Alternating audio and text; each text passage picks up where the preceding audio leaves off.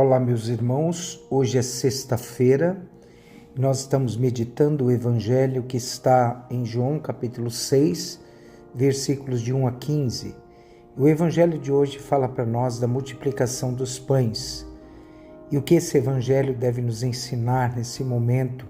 Quais são os sinais que o Evangelho vai colocar ao nosso coração? A leitura do Evangelho, ela está relacionada aquilo que a gente chama de sermão da multiplicação dos pães, ou seja, nós vamos falar sobre o discurso do pão da vida. É uma síntese teológica sobre a Eucaristia, sobre a fé.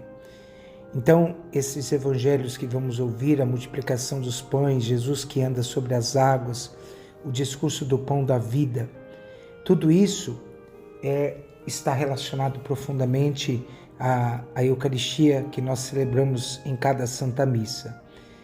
João quer destacar o conhecimento sobre-humano de Jesus hoje. Então, os sinóticos destacam mais a dimensão humanitária de Jesus do que de sua dimensão divina.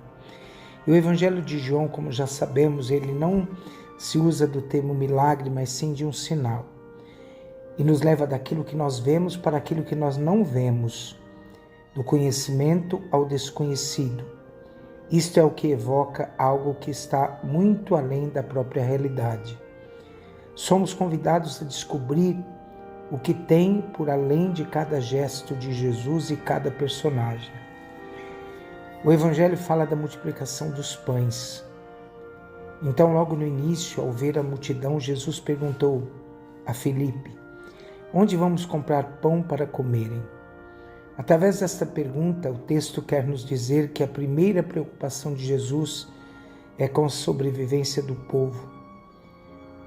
Para Filipe, a fome do povo não tem solução.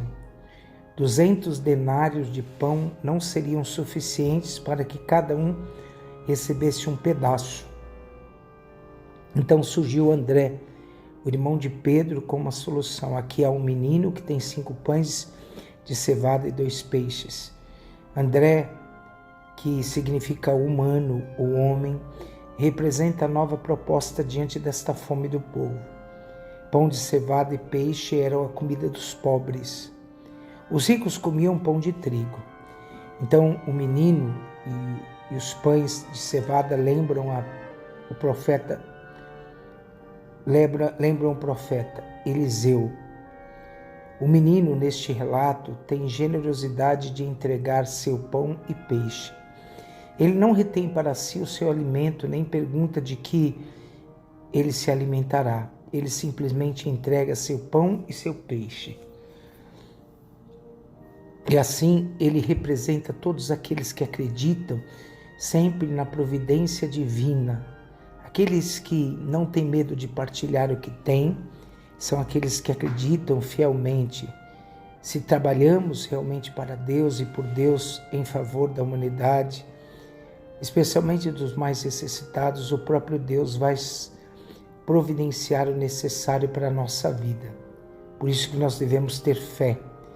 Então Jesus pega o pão e faz a oração de bênção, de agradecimento. Ele não agradece ao menino que ofereceu os pães, e sim a Deus. Esse detalhe é importante, pois cada um coloca os bens que sustentam a vida dentro do projeto de Deus. Então, dar graças a Deus significa reconhecer que algo que se possui é sempre dado, é dom de Deus a cada um de nós. Jesus saciou concretamente o povo faminto a partir de uma realidade terrestre. Retirou-se depois da multidão. Então, o pão que ele fornece não é somente o símbolo do pão sobrenatural. Não é possível revelar o pão da vida eterna sem se engajar verdadeiramente nas tarefas da solidariedade humana. Na Eucaristia recebemos o pão da vida eterna, mas somente existe verdadeira recepção desse pão da vida quando estamos dispostos a partilhar o que temos e somos. Em cada pão partilhado ou dado com amor, o egoísmo é esmagado. Que Deus hoje nos abençoe. Que nós lembremos que o meu pedaço de pão só me pertence quando todos os outros têm uma parte e ninguém passa fome enquanto eu como. Que Deus nos abençoe. Em nome do Pai, do Filho e do Espírito Santo. Amém.